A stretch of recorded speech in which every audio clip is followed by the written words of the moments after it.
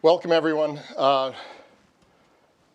This is a very special evening at the Atlantic Council. I'm Fred Kemp, President and CEO, and it's my profound pleasure to welcome you all to this special event, Reflections of a Former Secretary of Defense, with Chuck Hagel, the 24th U.S. Secretary of Defense. The title of this session suggests exactly what we intend: a combination of oral history with Secretary Hagel, dealing with many of the key aspects and events of his tenure at the Pentagon, along with observations on his part to provide context and significance to those events. We'll start with an extended conversation, first between the two of us, and then we'll turn to the audience for questions.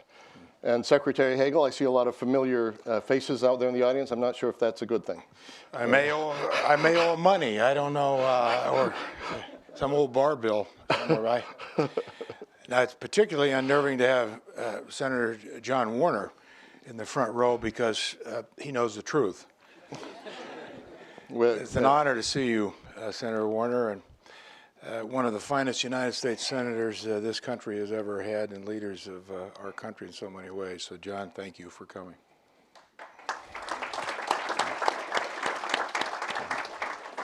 Senator Warner, even after that compliment, you are welcome to ask an impertinent question if you would like. I want to thank Secretary Hagel, first of all, for coming to the Atlantic Council for his first extended public on-the-record event since he left office almost a year ago now. And as you all know, aside from being the first enlisted soldier and the first Vietnam veteran to serve as Secretary of Defense, he was also co-chairman of the President's Intelligence Advisory Board, a two-term U.S. Senator. He served in the administrations of three presidents: President Reagan, President George H.W. Bush, and of course, President Obama. He headed many organizations, including the USO, was an accomplished business leader, decorated Vietnam War veteran with 2 Purple Hearts, and of course, most important of all of that, he was chairman of the Atlantic Council for 4 years, from 2009 2013, which was a time of incredible growth and transformation of the Atlantic Council.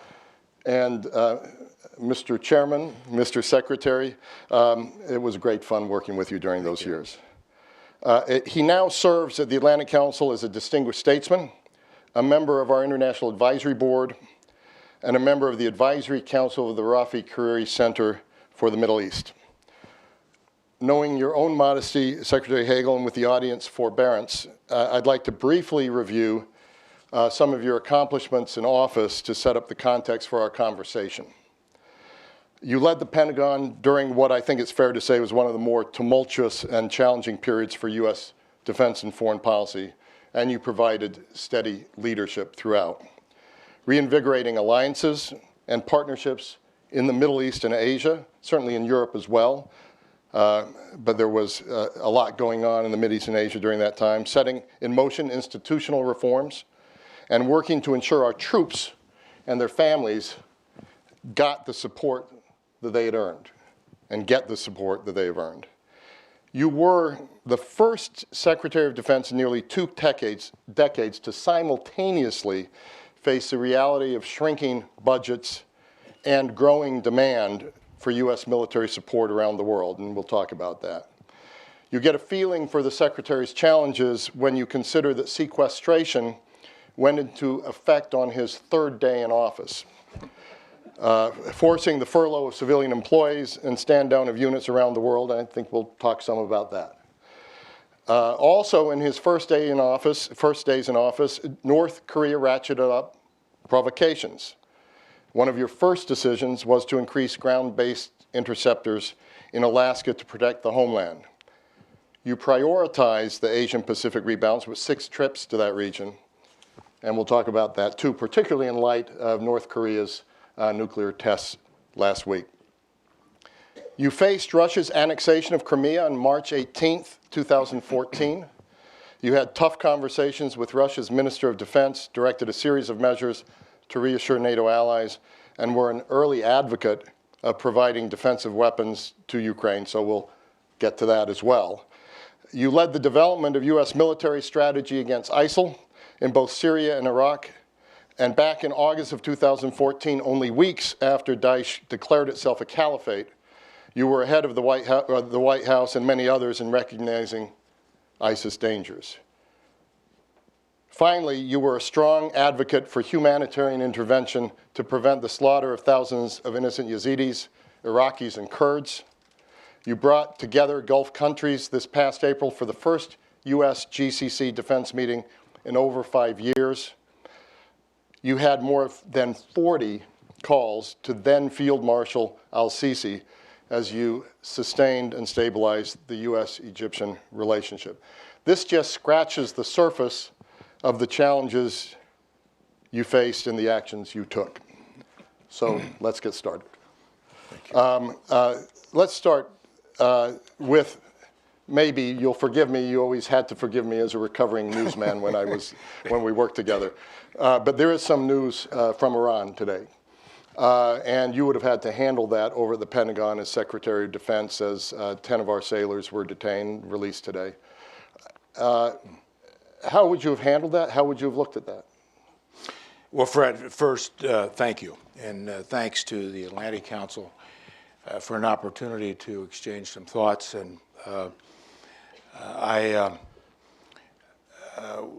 valued my time here and my association still with this institution, because I think it is one of the most relevant institutions in this town, with a reach around the world that's rather significant. And I think the importance of this institution, and all of you who have been involved and are involved, your involvement will continue to be, I think, particularly important. And Fred, thanks for your leadership.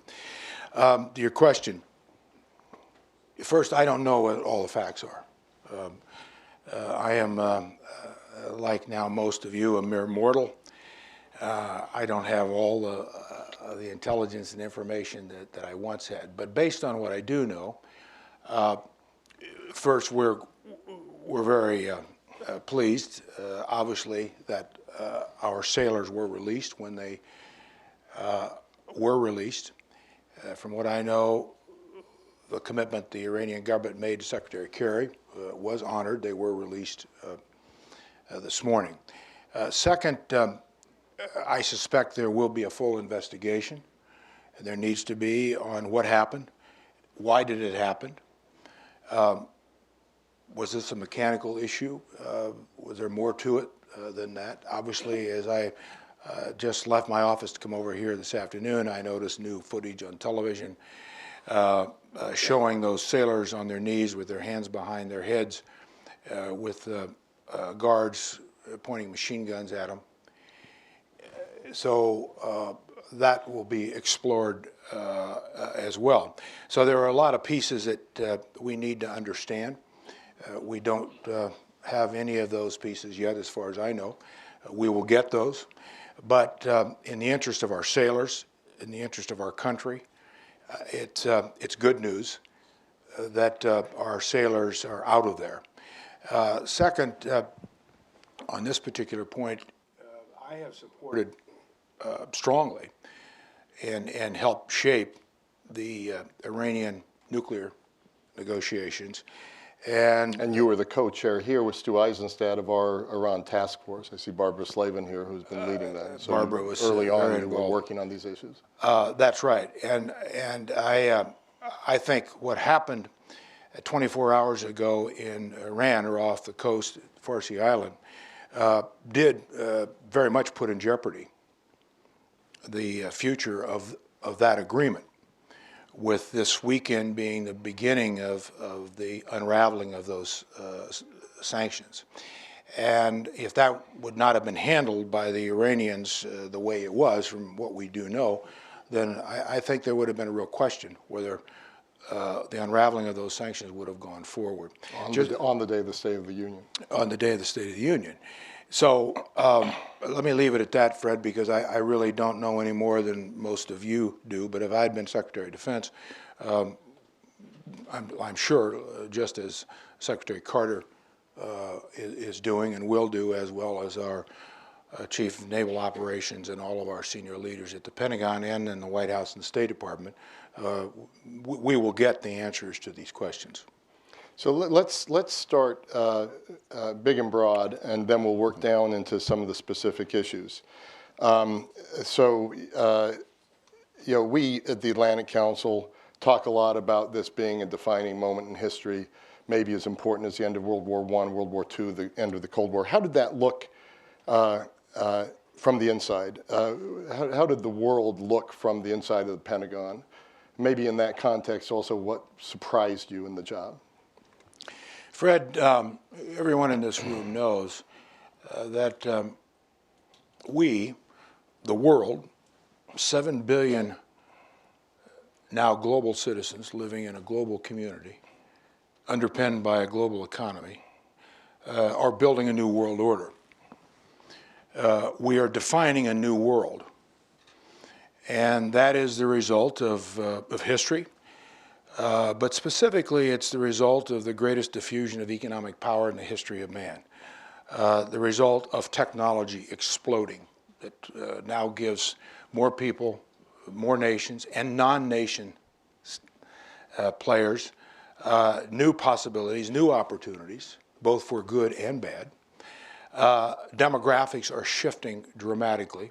Resource requirements, environmental issues are now coming into play at about the same time. So we've got to recognize first that this new world order is being defined, it's being shaped, and it's being built. Second, the world order that existed, that the United States and its allies built in that 10-year period after World War II, really has done pretty well for the world. We have made mistakes. It's been imperfect, but there's been no World War III. There's been no nuclear exchange. And I think by any metric that we would want to apply to mankind, I think we can say, because of healthcare, more opportunities for freedom, dignity, possibilities, education, technological advances, that in many ways it's a better world.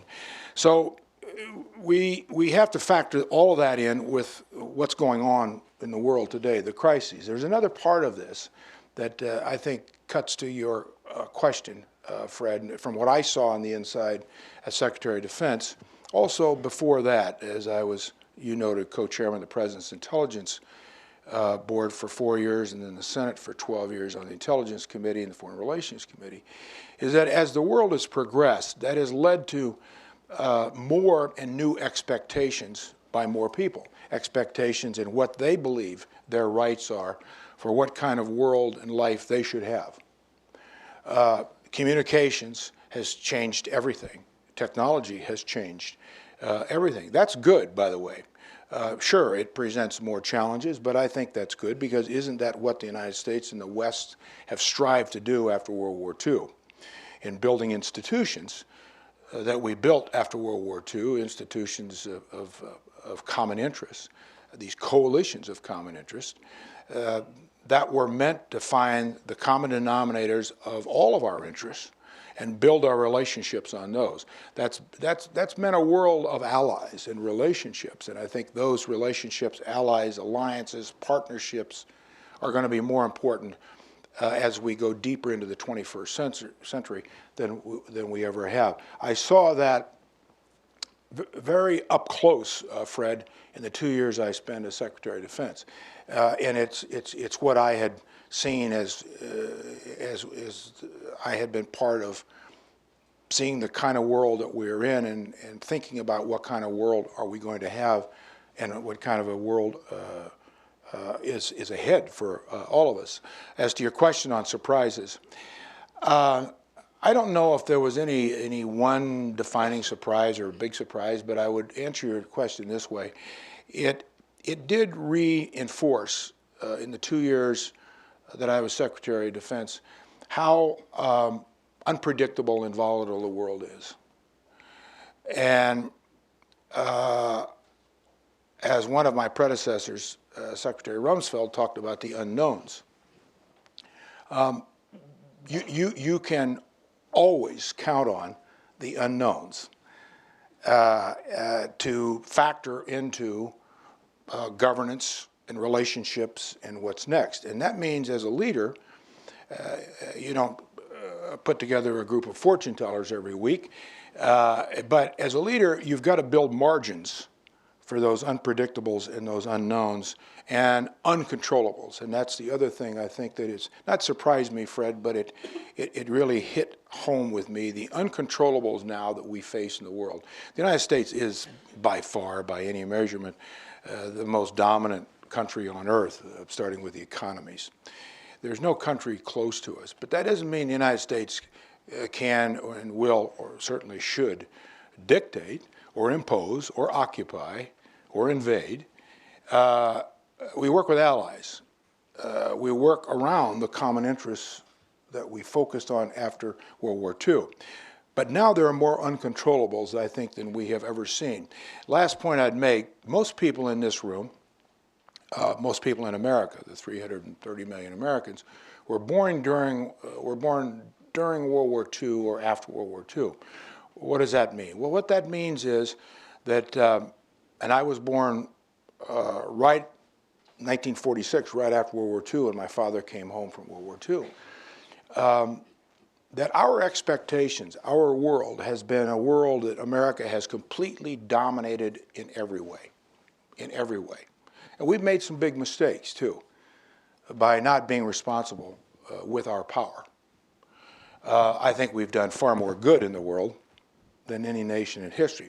But we have to face the fact that we have blundered into some big mistakes because we didn't pay attention and we didn't listen and we didn't reach down and try to understand a culture of another nation or another group of people.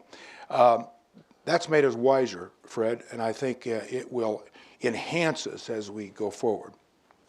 We are trying in our Scowcroft Center for International Security to talk a lot about what is America's role in this world. And I know you've given that a lot of thought and you had to put it into practice. But when you see whether it's ISIS in the Middle East or whether it's the Ukraine situation with Russia or whether it's China in the South China Sea, there's just a proliferation of challenges. But there isn't a proliferation of resources. And so as you're sitting there and you're thinking about it, and then we'll drill down on some of these specific issues, but in a general sense, America's role in the world now as compared to the Cold War, pre-World War II, how do you see America's role in shaping this new order that you're talking about? First, I think it's clear to me, and again reinforced by 2 years Secretary of Defense, that America's leadership in the world is really indispensable. And I say that, by the way, as an American who has great pride in his country, but I say that also as an American with great humility. And Americans need to be humble about this. We are really, truly the indispensable nation. Now, that doesn't mean we can fix every problem. Not at all. And we have to be very careful and deliberate in thinking through this. But there is no other country in the world that can bring nations together or alliances together or formations together. And people do rely on our leadership. Our leadership is really, in my opinion, critical. And so your question about America's role in the world, I think we need to stay engaged and reach out and not be afraid of other nations becoming productive, successful. Their economy is growing. After all, that's what we have espoused. Because that leads us to some conclusion. It's flawed, I get it.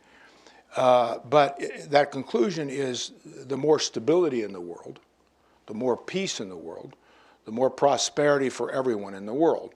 Now, people could say, well, but that's kind of that's a pretty optimistic view of the world. Well, that's true, and I am an optimist. I think a realist as well. But the fact is, stability, global stability, is essential for all of us to survive, not just prosper.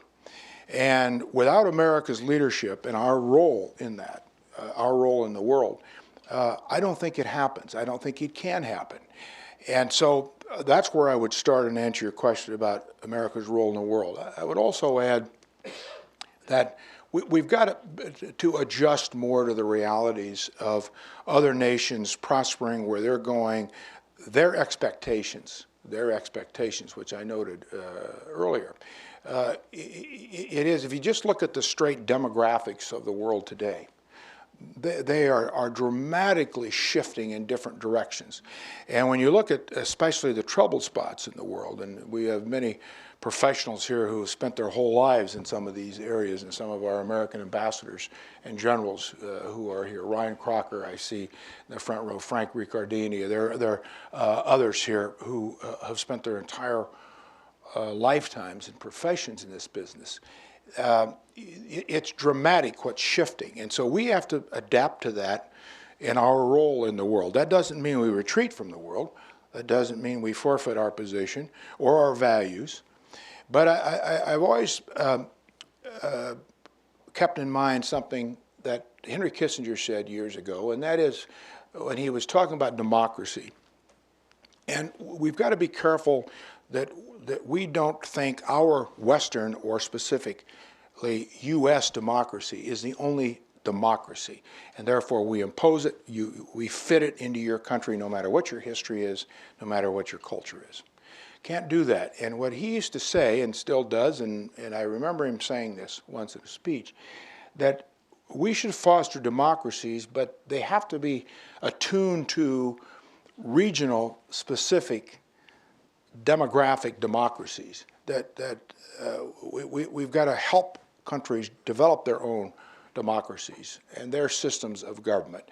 And the fact is, when you look at our democracy, our Congress, our Constitution, it is different from any other constitution in the world. And the British have one that's different, the French do, the Germans do. Everyone has a little different take, but the common dynamic to this is respect for all, dignity for all, freedom for all, freedom of choice, freedom of initiative, and value of hard work and education and skill sets, also, and responsibility. Responsibility for who we are and what we produce, and the role that we have in the world. So that's the way I would address that general question. So let's get a little bit more specific into the Obama administration and how it's dealing with this really complex and confounding world that one has to wrestle with. A few days ago, Foreign Policy published the results of an extended interview with you. But I think for us who really worry about American execution of foreign policy, there was one quote in the piece that was from you that was a little troubling. And it was... There's only one? That's good. There were a number that were troubling. Depends on whose interpretation. But the quote that I saw, that I picked out is, you said, "For one thing, there were too many meetings. We kept deferring the tough decisions, and there were always too many people in the room." What one read in that piece was a description of micromanagement, meddling. Your predecessors, Secretary Gates and Panetta, pointed to this as well. I wonder if you can talk about that a little bit. And is this unique? Is this really any different than the Nixon White House? And essentially, how did you experience that, and what dangers lie in this? Well, Fred, I'm not going to cover the same ground I covered in the foreign policy article, and if anybody wants to read it, if they haven't, they can certainly go back and read it. But let me get to the more, I think, specific point in those remarks, at least my intent and what I saw. Let's start with your point about, don't all administrations try to dominate their cabinets and their government? Yes, as far as I know. I haven't been in all of them and haven't been around for all of them, but I've known every president since Richard Nixon, and I've known most all of their top people. Many of these administrations I've worked with, either in or out of government. It doesn't make me an expert on anything. John Warner and others have known a lot more than I've known and had more experiences. But I probably have had my share, at least enough to draw some conclusions. So yes, this administration is no different from past administrations. But what's dangerous is, to me, is successive administrations take office. At least my sense of this is, as I've witnessed it and seen it from the inside in working with the administrations, especially the last few. Each successive administration tries to dominate more. And why that is not healthy for our government and our country to start with is it cuts into the very fiber of governing. Governing is not dominating. It's just the opposite. It's just the opposite. You don't govern by dominating. A president has tremendous assets and abilities and forums. I mean, we treat our presidents more royally than royalty treats its royalty in the world, which has always been a bit perplexing to me. But it's, I mean, we try to get away from King George and not King George Bush, but King George of England. But you can never be too clear in this town, by the way. But the point is, it's dangerous to governance because, like any institution, you need good people and you need to trust good people. If you don't think they're good people, you don't trust them, they shouldn't have asked them to come in to start with, but you must rely on the good people to govern with you. You're the president, you're the White House, everything flows in an administration. Some of you in this room have worked in administrations know that the two most important jobs in any president's administration, not Secretary of Defense, not Secretary of State, but the Chief of Staff to the President and the National Security Advisor. Why do I say that? And by the way, those are two jobs that are not Senate confirmed. Everything flows from those two jobs. Secretary of Defense, Secretary of State, other secretaries, they don't make policy. I mean, we have responsibilities in our own areas, but we're essentially operators of what the president wants of his policy. Now, we have a seat at the table to try to influence that, absolutely. But certainly defense doesn't make policy. It implements and executes policy, has to, if nothing else, follow our Constitution. But all the directives, everything, all the policies made out of the White House. And so your Chief of Staff and your National Security Advisor control that process. And when you dominate departments and you dominate agencies and you dominate the very people that you count on, you rely on to execute policy, then you are really impeding your own ability to govern. And you have to, I think, also understand that governing is not just for a president. In our system of government, because we have three co-equal branches of government, is not about just everything the president says, not about just the executive. You do have to work very closely with the Congress. Now, I know that's not easy. I've been on both sides of that. I get that. Our founders didn't intend it to be easy. Our founders didn't intend legislation to get through Congress easily, as John Warner and others know. They made it difficult for good reason. And our Constitution has saved this country over the years, many, many bad decisions and many, many bad legislative pieces. It's to cooperate. That's leadership. That's governance. You cooperate. You work with. You trust your people. Secretary of Defense. When people say they come up to me and I'm flattered and I appreciate it, it was a privilege to serve under you. Nobody served under me. I was Secretary of Defense. I had the overall responsibility of that department. But in the Defense Department, you have empires within empires. And you have to understand how you have to work with each of those empires. And if you don't do that, then you will fail. You will fail the president. You'll fail your country. You'll fail the security of our nation if you don't do that. So your question about why I said some of what I said, yeah, it was frustrating, and I didn't think it was good, and the long meetings, just kind of the recycling of issues, too many people. You get too many people in a room, it's chaos. It always is. And everybody wants to talk, and everybody wants to explain how smart they are. And always there's the reason why you can't do anything. But what if? Well, you can what if yourself right out of business, right out of every decision. I've always thought about human nature, and really we all start with, we're all people first. We all have weaknesses, we all have strengths. I've always believed that you can talk yourself into anything, and you can talk yourself out of anything. That's where I always start with myself, with people. Not that I've been successful at that in my life necessarily, but at least I think I've understood that. And I try to always factor that in. So let me stop there, and if you want to follow up on it, go to another question. At the expense of belaboring it, I don't want to, I don't want to go back to do the whole foreign policy article, but I think this is an important point. Is it your view that the President of the United States is being ill-served by the way in which the White House is micromanaging the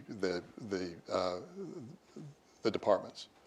Now, Fred, you're talking like a journalist now. A quick yes or no kind of answer. Well, I'll answer it this way. I think I actually kind of covered it in my answer. But the only thing I would add to what I said is you also recognize, you have to recognize, that every president of the United States is faced with huge issues and huge challenges. And it goes back to what I said earlier in my earlier comments about the uncontrollables, the unknowables, the complications, and so on. So on a good day, it's a tough day for any president because of the world it's in. So presidents have to do what they have to do based on what's most comfortable for them. How can they work best inside their own administration? Every president has their own style. And I think each president learns as they go along. So, again, I would just rely on the answer I already gave to your question about governance overall, because if you want to bring in the best people, you're not going to get the best people if they think that they're going to be constantly second-guessed, overloaded with micromanagement and all the rest that goes into that, or their time wasted at endless meetings. You're just not going to get the quality you need to help you, the president, govern the country at a difficult time. And every president is faced with huge issues, and big issues, difficult issues. Thank you. And let's go through a few issues. Quite a list here to go through, so we'll go through them relatively quickly. Budget. I mentioned in the opening that you confronted sequestration right in your first week. How much time and energy did you have to spend on budget issues? And then I guess the question that grows out of that is, does the U.S., in your view, have the budget and, as a result, the military force it needs right now? You accurately noted that 3 days after I became Secretary of Defense, sequestration hit. And sequestration, by the way, is still the law of the land. The Congress and the President last year came to an agreement on adjusting those cuts, but the Pentagon, first through a 2011 agreement with the Congress and the President, started taking a $50 billion a year cut to cut $500 billion over a 10-year period of time. On top of that, in addition to that, was sequestration, which was another $50 billion cut to the Pentagon. So when I came into office, 3 days later, I was confronted with a budget that had already essentially been accepted. We budgeted for everything, our chiefs, and the Pentagon has to have the certainty of long-term budgeting for weapon systems, for a lot of things. I mean, a 5-year budget for the Pentagon, as John knows too, as Secretary of the Navy, is nothing. I mean, the Pentagon has to have 20-year budgets in their own mind and their own thinking and their own planning. But to stay on subject, that meant that we had to take $50 billion out of our current plans, $50 billion. So what I did immediately was I ordered what was referred to as a strategic choices management review of, first of all, where are we? We brought the chiefs in. Obviously, all our financial people had to be in this, but this was going to have to be some policy. These were going to have to be some policy choices. That's why the name of that review was Strategic Choices and Management Review, because we were going to have to make some tough choices and decisions where we're going to cut $50 billion in this budget year. That then resulted, eventually we came back with, we went to combatant commanders, we went to all our leaders all over the world. We brought everybody in, so I wanted to understand from everybody, not just the people at the Pentagon, but the combatant commanders that had the responsibility all over the world, which are really the ones that are out there on the firing line every day, and their people, what they thought. And we came back, we worked together on this, and it required, first when we looked at this, we thought we were going to have to furlough people 21 days. And I said, we can't do that. That's just unacceptable. I will not do that. So we eventually got it down to, at the most, in some cases, 3 days, in other cases, 5 days. We had to stand down all training for a few months. No Air Force training, no basic Army training, no Navy steaming. All our operations were on hold, no maintenance, just to get us through the year, just to get us through the year. Then as we started to kind of work our way through this over the months, then, if you recall, also a few months later, there's a 16-day government shutdown, which was another surprise. Because the politicians, through their mindless, irresponsible way of doing things, and I've been on that side of the street, said either you do it my way, a certain group in the Congress, or we'll threaten to shut down the government, and we'll shut down the government. Well, they did. And after we had to, because it was law, and we didn't have any money, that was on top of the $50 billion, I said, I'm going to bring back a number of people, and I took some heat on that from a lot of people. But I said, I'm not going to comply with that. Sue me. I can't do that for the national security of this country. I won't do it. Now, we did have some of our people out for that 16 days. It hurt us terribly. I mean, you just can't take people out in those cycles and then bring them back in 16 days later and say, okay, pick up where we left off. And what was particularly irresponsible and nutty about a government shutdown is eventually everybody got paid what they didn't get paid initially because of the shutdown, because we don't have any money. Why? Because the unions, who represented many of them, people went to court, it was arbitrated, and we had to pay back pay. Of course we did. So what did we gain?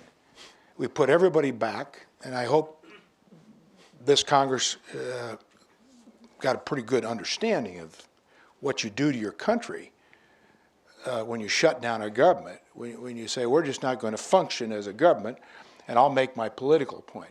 Well, you go make your political point out on the campaign trail, pal, not risk the security of this country.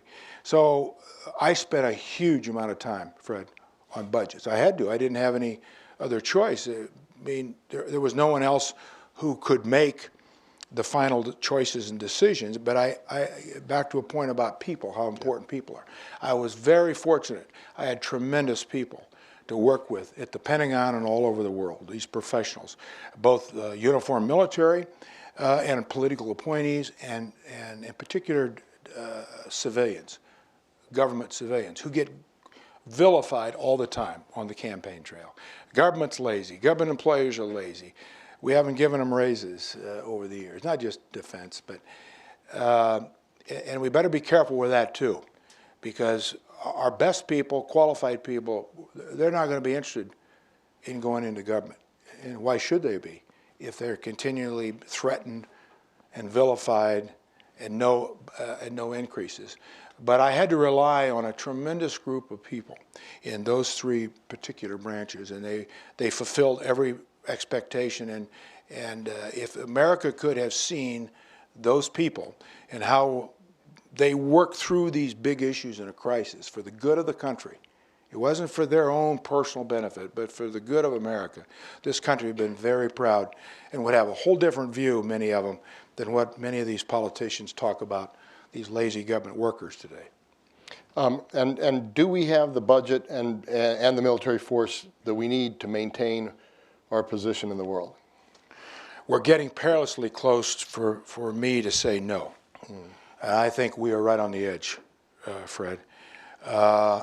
If that agreement had not been made with the President and the Congress to put another $35 billion back in, essentially, to the Defense Department this year, and another, I think, 15 or so next year, then I would have had to say absolutely not. Now, it's going to be interesting when the budget presentation is made here, another month or so up on the Hill, what our chiefs are going to say about that. Because the chiefs of the services are under obligation, oath, responsibility to respond when the chairman of the Armed Services Committee asks the chief, as many of you in this room have testified, General Wald and others, Chairman Warner and many others know how this works. They say, General, can you assure America that this budget that you're presenting today will secure this country and do the things that you believe as Chief of Staff of the Army or the Air Force, whatever it is, can do to secure this country? And these chiefs will have to be honest. And I think we're right on the edge. Fred, you said something in your generous introduction of me about I served at a time when first time in a long time, when we were cutting the military budget, but at the same time there was more demand for our military around the world. You can't have it both ways. Now, if there are politicians who think they can, they better go back to the drawing board, because it won't work. If you want our military to do the job that the military can do better than anybody in the world will do, but you've got to give them the resources and the certainty that those resources will be there, the certainty and the predictability, or you better expect less. And don't demand more, but less. So we're at a critical time here, Fred, and I'm very concerned about the military budget, because I don't think it's enough. But I think, to answer your question, it's right on the edge whether we can do what we need to do to continue to secure this country with the expectations we have. Now, can we do without fewer submarines, the aircraft, new platforms? Yes, but you'll pay a price for that. You won't pay the price next year or 2 or 3 years, but you will pay a price. Certainly you will in 5 years, and you certainly will in 10 years. And you got to stay ahead of it. Now, as the American people, leaders in the Congress, and whoever the next president is, willing to make that kind of continued commitment, we'll see. But I think it's one of the great debates that we need to have in our country that we haven't seen with this goofy political season we've had so far. It's kind of like this mass gong show all over.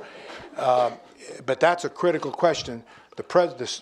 Finally, when we get to 2 presidential candidates, it needs to be asked of those presidential candidates. And I would go back and also say another one that's critical is a question you asked me, America's role in the world. I think that's very flaky. I think there's a lot of misunderstanding, misconceptions. What do Americans want? What do Americans think they need? And they need to express themselves on this, and these our eventual candidates need to be very clear on what they think America's role in the world is and what our security interests are, and how you fund those. I will come back to the Mass Gong show in a few minutes, but let's talk a little bit about Syria. As I go around the world, and particularly in the Middle East, a lot of our allies talk about August 30th, 2013, when you had spent that day approving plans for Tomahawk cruise missile strikes in Syria in response to Assad's use of chemical weapons. And the president called others, and asked that to be stood down. Can you tell us a little bit how you experienced that at the time, and are some of our allies right in saying that that hurt the credibility of the United States and the president? The last part of your question, I'll answer first.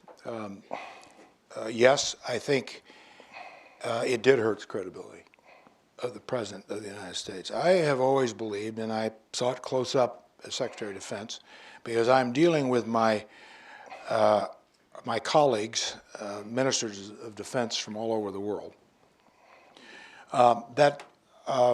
And I saw it when I was in the Senate. I saw it as a businessman as I traveled all over the world. When a president of the United States says something, it means something. Now, we Americans, I think, kind of take that for granted. Well, the president said this, so what? It isn't that way around the world. When a president of the United States says something, especially about foreign policy or about another leader of another country, that means something. And we have to understand that means something. And the president and the White House have to understand that means something. And there are various interpretations usually, and so that's why a president has to be very clear when he says things about foreign policy or about any leader has lost the credibility to govern, and that leader cannot stay, or a red line. We will respond in this instance that you mentioned if the Assad government used chemical weapons, which we were very careful in analyzing. We went through the United Nations, and in fact, yes, they were chemical weapons. There was a question of whether Assad's forces used the weapons, or maybe it was someone else who was trying to give the impression that it was the Assad forces. All of this was vetted very thoroughly, and we saw the evidence that we needed to know and be assured that it was the Assad forces. So to make those kind of pronouncements and then not follow through does affect the credibility of a president. Now, in this particular case, as you know, one of the things that came out of that decision that was made by the White House, after the decision had been made yes to go ahead, and we had given the president many, many options on this and spent a lot of time on this, was to, and the Russians were obviously significant in this, or it would never happen without the Russians, is to work out a way to start getting the chemical weapon precursors out of Syria, which we did. Now, I doubt if all of them are out, but it's a significant amount of those precursors were removed from Syria. And it was a significant achievement, working with the Russians, working with many other countries, and it was a significant technological advancement in the way of how we did it, and our military deserves tremendous credit. This was not easy to do, and getting the movement and the shipment of those precursors sent to a port, and where were you going to store them, and how would they be handled, how would they be transported onto a ship, Whose ship? Who had security for that ship? Where would it be offloaded on another ship? What ports would it use? And big, big project. And that was successful. So that came out of the decision not to take action. I said in that article that I'll let history judge whether that was the right decision or not. Let's stick with the Middle East a little bit. In August of 2014, you said the threat posed by the Islamic State, quote, is beyond anything we've seen. What did you see at that point? That was pretty early on. What did you see at that point that others did not? And why did you have that instinct? Well, Fred, again, I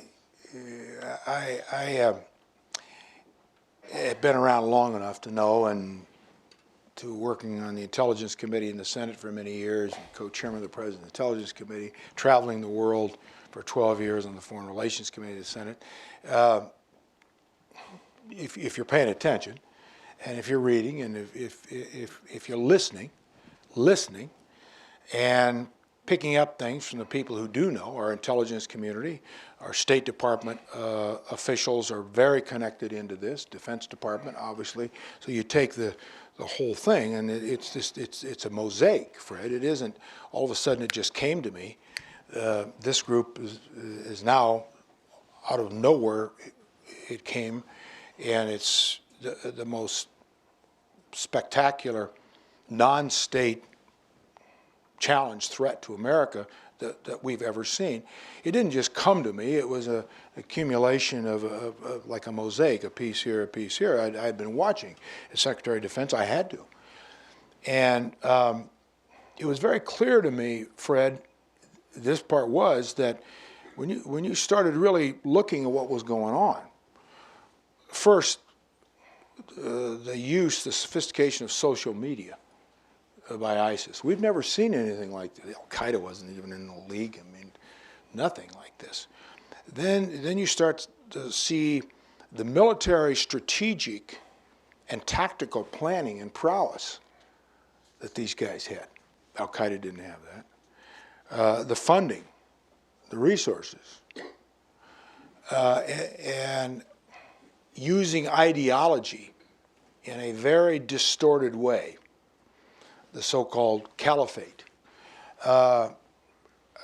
clearly connecting with the disconnected and the disaffected and the alienated, particularly young people, who had suffered as their parents and grandparents under the yoke of totalitarianism, especially in the Middle East. And for us not to understand a lot of that. Added up to, and then, in my opinion, the very weak Iraqi government. And I think the Iraqi government bears considerable responsibility for what happened. Squandering 5 years of not doing what they had said they would do under Maliki and others, bringing the Sunni, Shia, Kurds together. Their constitution requires it, by the way, and it didn't happen. It further alienated the people of Iraq and the religious sectarian divides that were already existent, tribal divides, historic divides, ethnic divides. And all of this it just didn't explode onto the scene, but it was building, it was building, it was building. Some of our former ambassadors to the Middle East are here, have written articles, written books about this, have lived it. So when I was asked that question, Fred, I gave that answer because I absolutely believed. I never gave an answer, by the way, in anything I ever did that I didn't believe. Now, that's gotten me in some trouble over the years, but I might be wrong. I'm never afraid to be wrong. I didn't want to be wrong. Tried not to be wrong, but I could be, probably was, but on some occasions. But I really, really felt strongly that this was a force we had never been up against, and we were not prepared to deal with it. Their intelligence capability and all the other dynamics I've already mentioned, we weren't prepared to deal with that. We didn't know how to deal with that. And you're not going to solve this problem by just continuing bombing airstrike after airstrike. There's a military component to this, absolutely, but it's actually bigger and deeper because you're talking about ideology and history and disaffection that you're not going to solve by bombing. You'll make it worse. You'll make it worse. Thank you, Mr. Secretary. Asia. You invested a lot of time in Asia, and including the 6 trips that I mentioned, and focused in particular on building defense and security relationship with India. I wonder if you can give us a bit of a view of what you were trying to achieve with your efforts in Asia. What did you achieve with your efforts in Asia, and particularly why you invested the time that you did in India?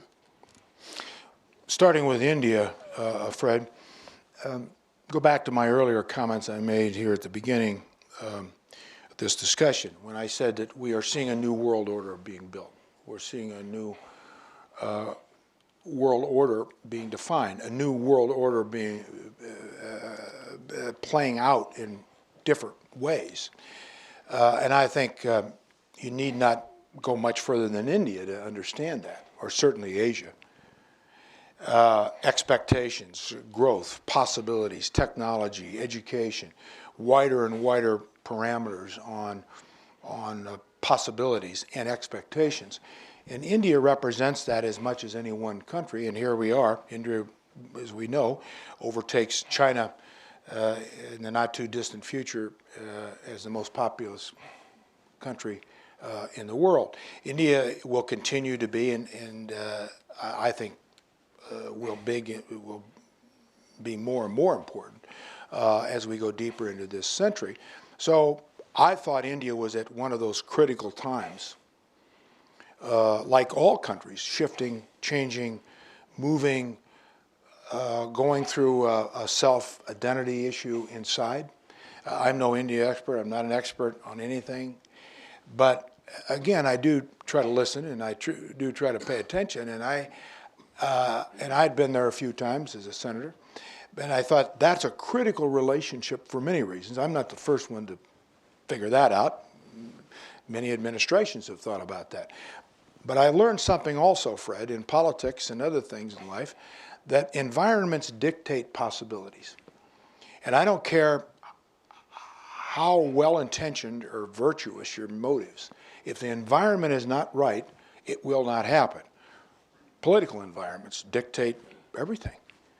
I mean, how much boundary does a president or any leader have to change a country, to move a country, is what I'm talking about. And India, I thought, was at that stage when there was so much possibility with a new leader coming on, Modi. And I did spend a lot of time working on that. And when the president met President Obama with Prime Minister Modi, the deliverables in that, most of those deliverables came out of the Defense Department. And by the way, I don't take any credit on that. It was so many people in the Defense Department who had been working before I got to the Defense Department on this, but I just kind of put a focus on it, and everybody in this room knows, unless the leader focuses on it, it ain't gonna happen. The CEOs of companies in this room, there could be a lot of good talk about everything. That's a good idea. And then let's go have lunch. Unless the leader says this is going to happen, and I'm going to lead this, and we're going to do it, it will not happen. And maybe I brought some voice and some leadership to it, but a lot of good people worked hard on this. So I thought also the geopolitical offset, China, obviously the rest of Southeast Asia, the Pacific, as we were rebalancing our focus, as we were doing new things in that part of the world. India was an indispensable part of that, had to be. And that kind of bridges us into the next part of my answer to your question, the time I spent there. And I did. I took 6 major trips in 2 years, more than Secretary Kerry, more than anybody in the administration. And part of that was to help build and strengthen partnerships. Not military to military, that was a part of it, a big part of it. And our Pacific Command Commanders were tremendous over the years on building this. But it had to be more than that. And I'll give you an example. I was the first secretary ever to invite the 10 ASEAN nations, their ministers of defense, to come to Hawaii for a meeting that I would host.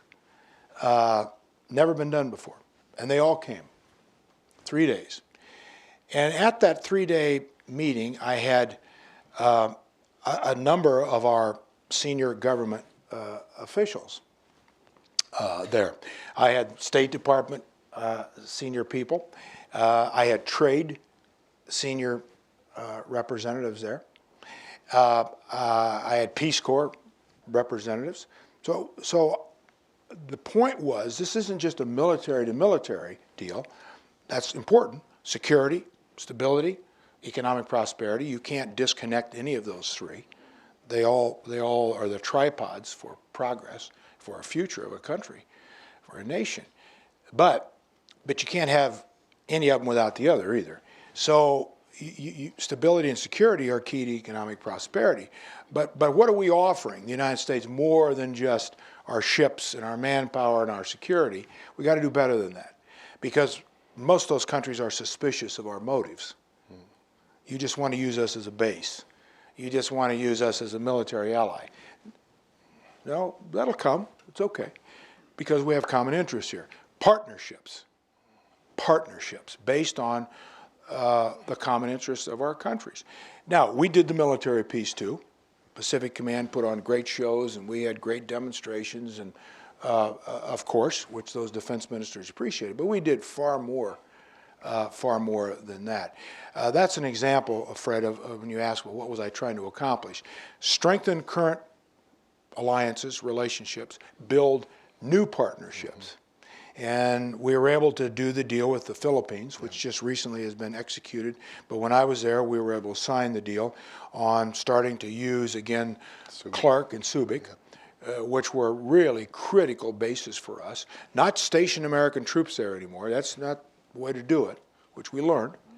But deployments, and being able to use those ports and those airfields, respecting the laws, respecting the people, and not using the people and using the nations. But the Philippines clearly understand, or they wouldn't have done the deal. This is in their interest too. But they had to have a say in that as well. Also, I would remind everyone here that the United States of America has 7 treaty obligations in the world. 5 of those 7s are in Asia Pacific. We have always been a Pacific power. We have always looked west. I say that. At the same time, I say, as I've done this to my NATO colleagues many, many times, and our friends in Europe and elsewhere, that doesn't mean that we're retreating from any other part of the world. Not at all. It's not a retreat from any part of the world. It's a rebalancing of assets, of issues, of realities. I mean, nobody in the world today does not understand that future markets, future growth, does not reside in the Pacific and in Asia.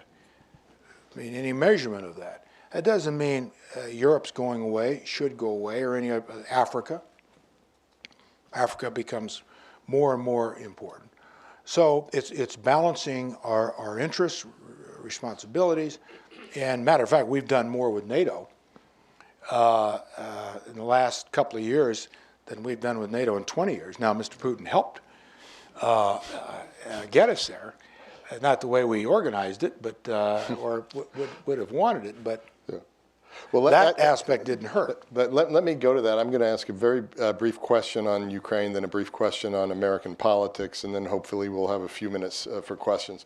The brief question on Ukraine, you've said we should have done more. You were particularly in favor of defensive weapons, more in favor than some others in the administration. Can you talk about that? Because obviously you weren't talking about boots on the ground. You weren't talking, you've always been in favor of the Atlantic Council and before of good relationship with Russia. So what do you think would have been perhaps a better response? Yeah. Well, let me begin this way. And I've said this publicly. I give President Obama a lot of credit for not overreacting to this particular situation, which a lot of people, I think, expected him to, wanted him to, but he was always very careful, and I think this has been one of President Obama's strongest foreign policy assets. He has not allowed the United States to get caught in downward drafts of crises. It's easy, without even recognizing it, to ricochet from crisis to crisis. And when you get caught in those downdrafts, you are caught in a downdraft. As I often would remind the President and others in National Security Councils, once you engage the United States military somewhere, you're engaged. And it normally doesn't get less. It gets more. Mm-hmm. And so if you want to commit the United States military somewhere, because it's the only honest way to do it, you better be prepared to go ahead and before you do that, ask the next set of questions. Then what happens, then what happens, then what happens? Which I don't think we've done well over the last few years. Whether it's invading Iraq or Libya, because we didn't ask the question, who governs after Saddam Hussein? How will they govern? Who decides who governs? Who governs after Gaddafi? How will that government be picked? Who decides that? Are we going to do that? So, in my opinion, there were some pretty big blunders over the years because we didn't ask the tough questions. Oh, easy to put our military in, because our military is the best in the world, best in the history of man, performs better.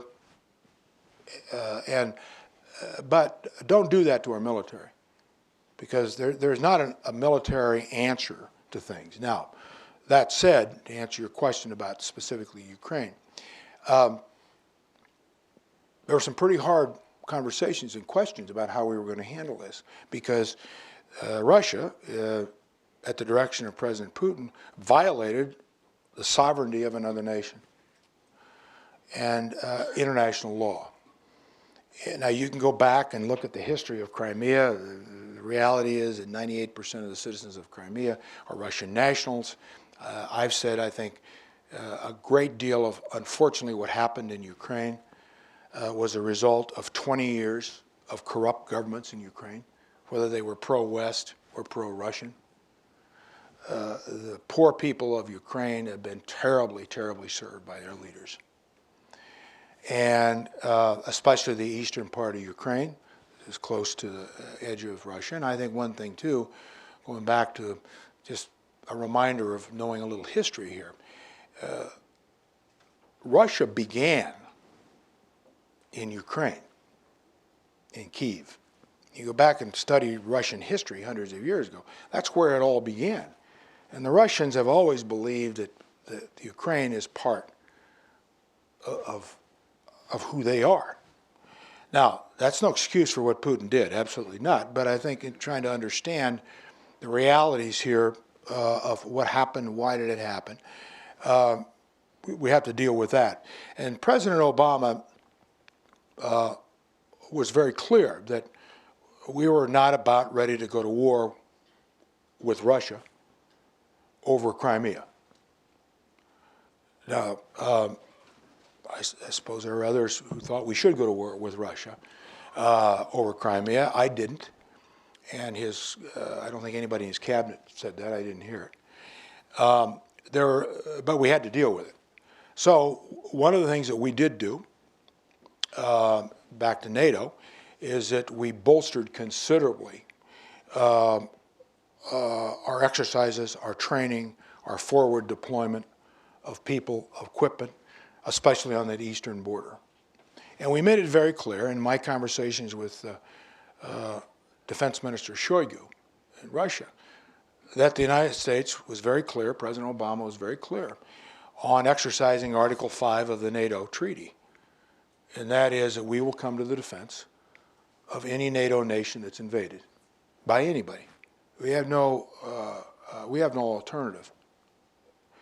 And we made that very clear up front.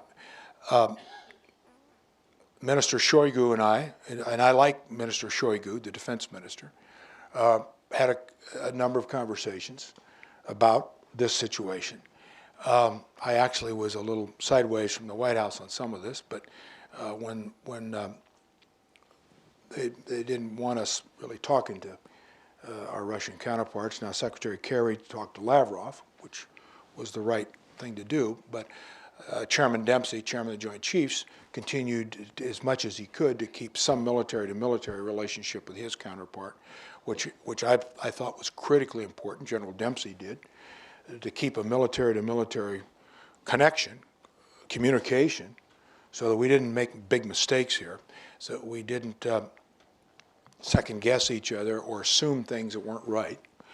And I thought, too, that, and I wasn't the only one, that we could have done more to assist the Ukrainians in non-lethal weapons, defensive weapons, equipment at a much faster rate to show more support. But at the same time, we had to look at the reality is the Ukrainian army is very limited in its capacity, and we didn't want to get the Ukrainian army in a situation by not understanding if we send the wrong signals here, they would then believe that somehow we would come charging in or come to their rescue and send the wrong signal to the Ukrainians and their armed forces that we were really there and would be there for them. So it was delicate, and I give President Obama a lot of credit for walking a very difficult line on this. Now, we were under pressure at NATO because, as you know, the Eastern Front nations were in a lot different situation than the Western European nations, for historic reasons, if nothing else. I mean, most of those countries on that Eastern Front had lived under the yoke of communism and of the Soviets and knew the brutality and knew what had happened. And their concern was very real. And so we had to recognize and not diminish that, but bolster NATO, the seriousness of NATO, and doing everything we could short of going to war with the Russians. Now, this issue, as you know, is still not resolved, but we don't want this to flare back up until we can get to some, hopefully, diplomatic solution as we move back, as we try to unwind this. But last point I'd make on this, and it goes back to a lot of the points we were making here earlier in this discussion, the uncontrollables, the unpredictables, the unknowns, crisis after crisis flaring up. So isn't it interesting? There's been very little media and very little attention and very little focus in the last year on Ukraine. Well, I don't think it's because there's no interest, but ISIS, Syria, Iraq, all of what's going on in that part of the world has just taken everybody over here. The president has only so much time. His cabinet only has only so much time. We have only so much resource base to work from. So we've got to, this is my point about not getting sucked down these drafts of crisis that will take you right over the edge before you even know it, and you're now knee deep in a crisis that you can't get out of. So it's kind of a meandering answer, Fred, but I think all those elements were involved in the equation. It was it still is. It was a difficult issue to handle. Thank you. We started about 10 minutes late. Maybe we'll run a little bit over 6:30, maybe about 10 minutes.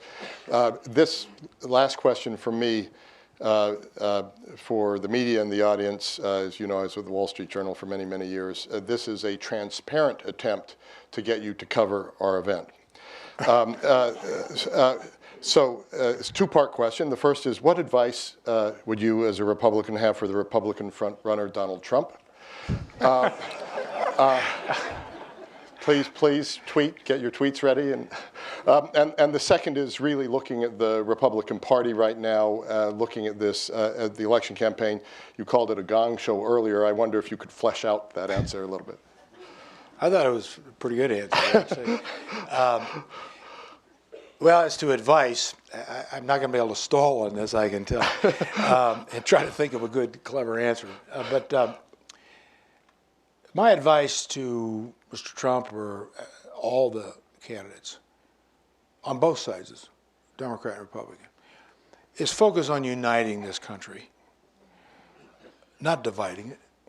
And I have been struck in this presidential campaign by the focus, not all candidates, unfortunately most of them, and most of the ones that are leading, their candidacies have been focused on dividing America. That's dangerous. That's not who we are. I thought President Obama spoke to this pretty well last night. It doesn't solve problems. It exacerbates problems. It deepens problems. Now, we should have various points of view. They should be expressed in campaigns or ways to do that. But every presidential campaign in my memory, and I remember my first one as a very, very small child sitting around an old Philco radio with my granddad and my dad in Ainsworth, Nebraska, a little town up on the Sioux City or South Dakota, Nebraska border, listening to the 1948 presidential results. My poor mother was going through labor in a 5-bed hospital in Ainsworth, trying to get this over with, bearing her second son, and my father was around the radio with my grandfather listening to those returns, and I was very young, but I still remember that event. My point is, every presidential election I can recall has been about bringing America together, has been about uniting America, that we all have different points of view. This is a country that's a tapestry of cultures and histories and traditions that's so astounding. I mean, how it all works, it's just amazing. Why don't we play on that? Why don't we focus on that rather than what divides us? And that'd be my advice to all of them. Party, Republican Party. Well, I have some former colleagues here and others who could probably give better answers than me, but when you ask me about the Republican Party, I'm not sure what the Republican Party is today. It's not the party that I started out in. I think it's an amalgamation of tribes. I think the Republican Party is tribal today. It reminds me kind of the area I grew up in, Nebraska, of the Sioux Nation. The Sioux Nation was made up of many different tribes. And that's where the Republican Party is. And I think the Republican Party will get to a center of gravity that generally philosophically kind of expresses what the Republican Party generally used to express. I don't know anyone who really, that I served with in the Congress, or anybody in politics, who can honestly say, I agree with every sentence of the Republican Party, if you're Republican, or the Democratic Party. I mean, there are those out there, I suppose, like that. But generally, the Republican Party had a philosophy, Democratic Party had a philosophy. I'm not sure what the Republican Party philosophy is. I'm not sure what the party is. I don't know where it is. I saw that evolving when I was in the Senate. One of the reasons I didn't run for a third term, and I think I had a pretty good shot at being reelected since I had just been reelected 6 years prior with 84% of the vote. I didn't think I'd get 84% the third time, but I think I'd been all right. And I didn't want to spend another 6 years of my life in that kind of a situation. The chaos and the absolutism that's now really been rooted in essentially both parties, but especially the Republican Party. I'm all right all of the time. You're all wrong all of the time. And you have nothing to say. And that's just the way it is. I think what's saving the Democratic Party, and has over the last 8 years, they have the White House. And when the party who has the White House, it kind of keeps everybody behaving. Not all the time. There are those misbehaviors in each party, but a party who controls the White House has got the crown jewel. That kind of keeps everybody together. When you don't have that, even though you've got the Congress, it's different. The other part of this is, as far as the Republican Party, and I think, again, you could apply it even to the Democratic Party, but you asked me about my party. The other thing that we've got to get back to, and this is not just party-centric, but it's more candidate-centric. Why do you want to come to Washington? Tear it down? You go out and campaign against Washington. The Senate's a terrible place. Can't get anything done. House is a terrible place. But yeah, you want to come here. Have senator in front of your name, or congressman. What's the point? Well, the point should be only one point, and that is to help govern our country. Govern. Govern, govern, govern. We haven't done any governing in this country for a long time. Both sides are to blame for that. Both sides. And that's the greatest responsibility any of us have who's elected, is to help improve the country, make it better, move it forward, compromise where you need to compromise, but get it done. And govern. That's governing. That's governing, not political speeches. And so I think it all wraps into one, Fred. The Republican Party will come back to some center of gravity at some point. I think it's probably 2020 before we see that. I mean, I do. I may be wrong. As I said, I've been wrong before on a lot of things. But I don't think that's going to happen in this election. I think we're going to have to go through probably another 4 years of sorting out who are we, what do we believe, what do we stand for, what do we want to accomplish for our country.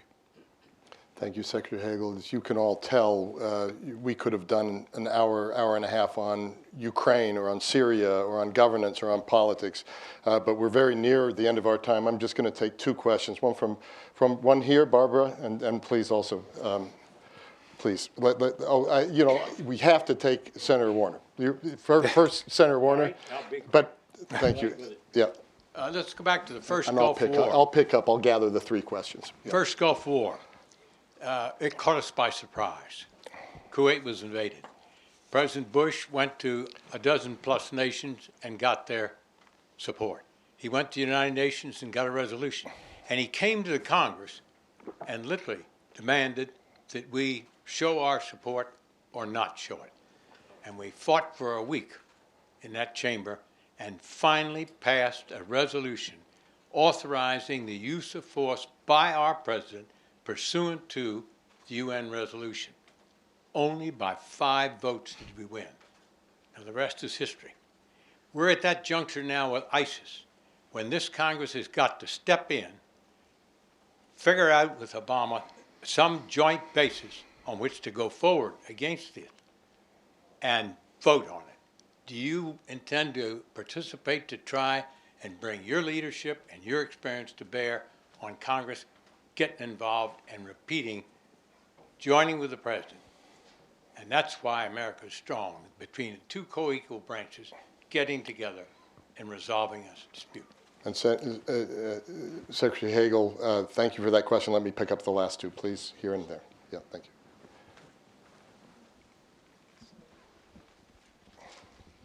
Thanks, Secretary Hagel. It's a pleasure to see you here Barbara, again. thank you. I wanted to ask about Syria. You've said bombing alone won't do it. You've been critical, I think, in the past of the administration for not doing more, but you've also said that regime change is not always the answer. So looking at Syria now, where we are now, what would your advice be to the administration to try to end this war in some reasonable way? Thanks. There is a memo that's written on that.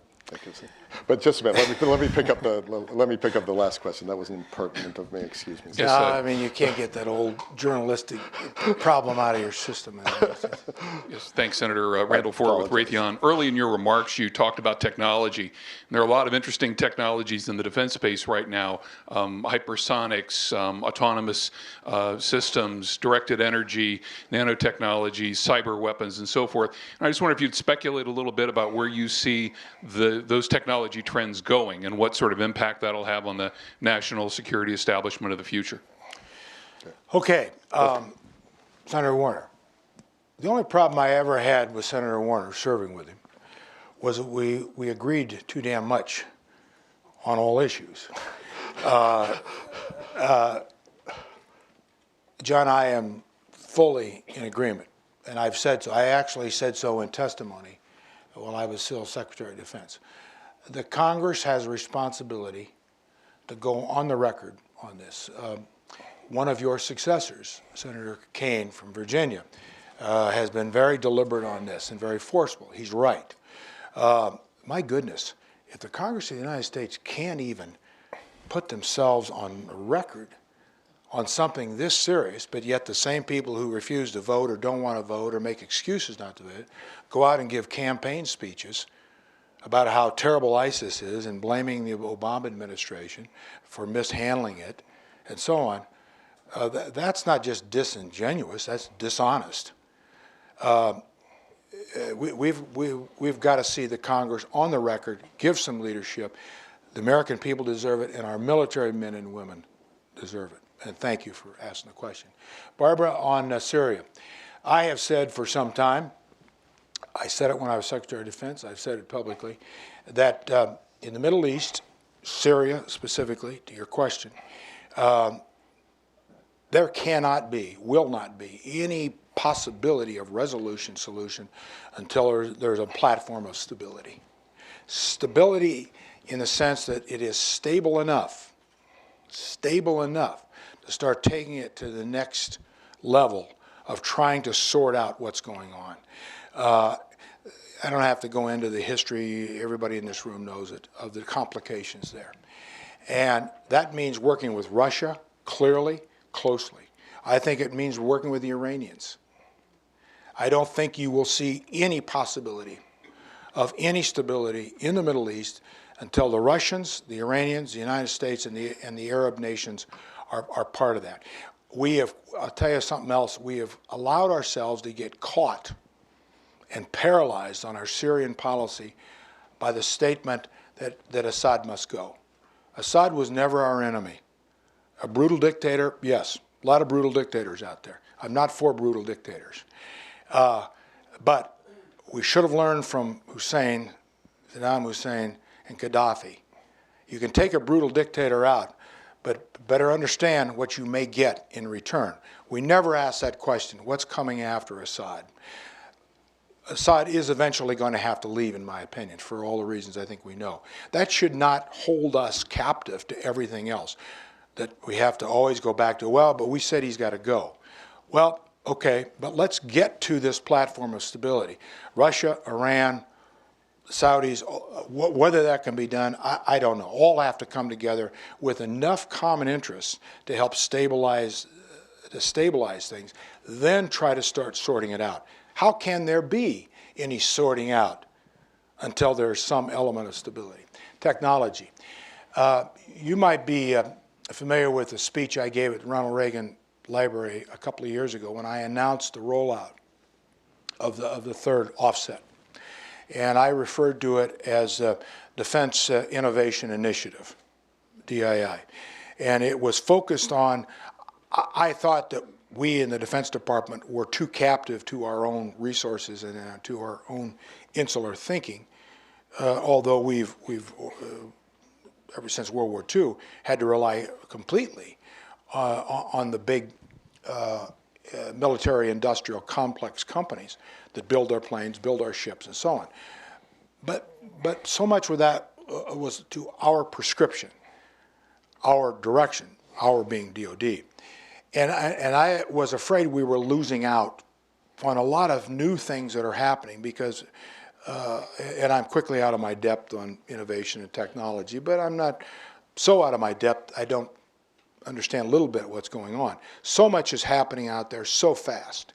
And I don't know if DOD is positioned well enough to take advantage of that and know enough about that and to call upon outside the Pentagon, outside of Washington, to really get a better sense of the larger scope of technology and innovation and what's going on out there. Now, DARPA, we have a lot of these institutions inside that have done spectacular jobs. And by the way, my comments should not reflect any criticism of any body in the Department of Defense. They've done masterful jobs.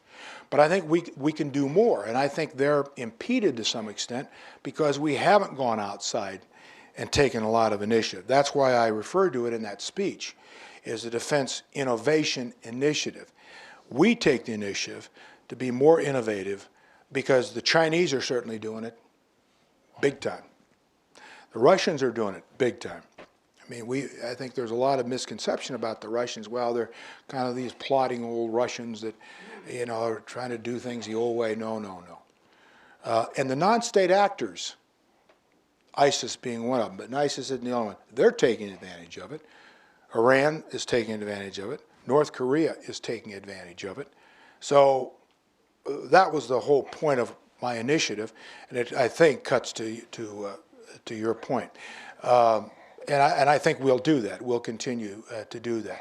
Last point I'd make on this, and it goes back to Congress. The Congress cannot allow itself to micromanage, just like the White House has done it. The Congress does it actually in many ways more than the White House does. Because what the Congress does, as John Warner knows so well, is every year they come up with the National Defense Authorization Act. And that is hundreds of pages of new directives for the Pentagon, for new reports, new studies, on and on and on.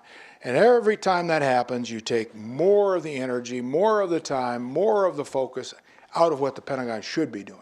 Now, there's no one who's a stronger oversight person than I am, the role of the Congress. But let's be smart here. It's straight political junk that comes from members of Congress on a lot of this stuff. I mean, when you go up and ask the Air Force, for example, we need to start phasing out the A-10s. The A-10s have been a great platform, a great aircraft for the last 40 years. It's outdated. Just the maintenance alone costs that we need to bring in new platforms. We do it with all of our submarine classes, our destroyer classes. We do it with all of them. We're not going to close any A-10 assembly lines because those are jobs in my district, in my state. Well, how about the fact that we are now covering about 25% of overhead we don't need? Bases, facilities, we don't need them. It doesn't do anything for national security interests. Can't do that. No, no. Now, if you guys, the Pentagon, would just manage smarter and better, now you're going to have to go ahead and keep all that waste, but it's your fault that you don't manage better. Well, okay, Congressman. Okay, Senator. But as long as the Congress continues to do what it's doing, it really impairs the ability of our people in the Pentagon, for example, to do what they have to do to make the hard choices. I mean, Mark Welch is the Chief Staff of the Air Force. He was an A-10 pilot, loves the A-10. I use the A-10 as a clear example because it's gotten a lot of attention. He loves that airplane, A-10 pilot. He said, it's time to go. I mean, we have to recycle and bring in the new technology and the new aircraft. Maintenance costs are killing us on these old platforms, whether it's Navy ships, whatever it is. That's taking money away from the long-term commitment of new platforms we're going to need to stay ahead of the Chinese or the Russians or any other threat. I mean, I was there. I understand it. I get it. But I've got to say, I never did that. I never did. And I wasn't always popular with my own constituents on this. But I always used one measurement when I was there as a senator. Does it add to the national security of this country?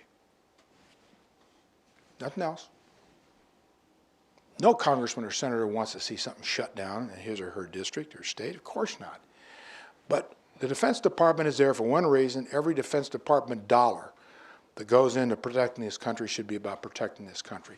Nothing else. It should not be an economic development program. That's an aside. That's good. But that shouldn't be the first consideration. And unfortunately, that has become the first consideration. I think we've covered it. Secretary Hagel. Thank you. So, Randall, Barbara, Senator Warner, these are great questions. I'm sorry we couldn't get to many more questions. I'd ask you to remain in your seats while the Secretary exits the room. Let me just close by saying the following. We are so proud of our association with you, Secretary Hagel. Thanks, I think you all can understand why we invented a title called Distinguished Statesman at the Atlantic Council, because you have not only earned it, you continue to speak in that manner. And we look forward to continuing to work with you and hope you will inspire directions in this country for many years yet. So thank you so much, Secretary Hagel, for taking this time with us. Thanks, Fred. Thank you all very much. Thank you. John, thank you. We're going to do lunch.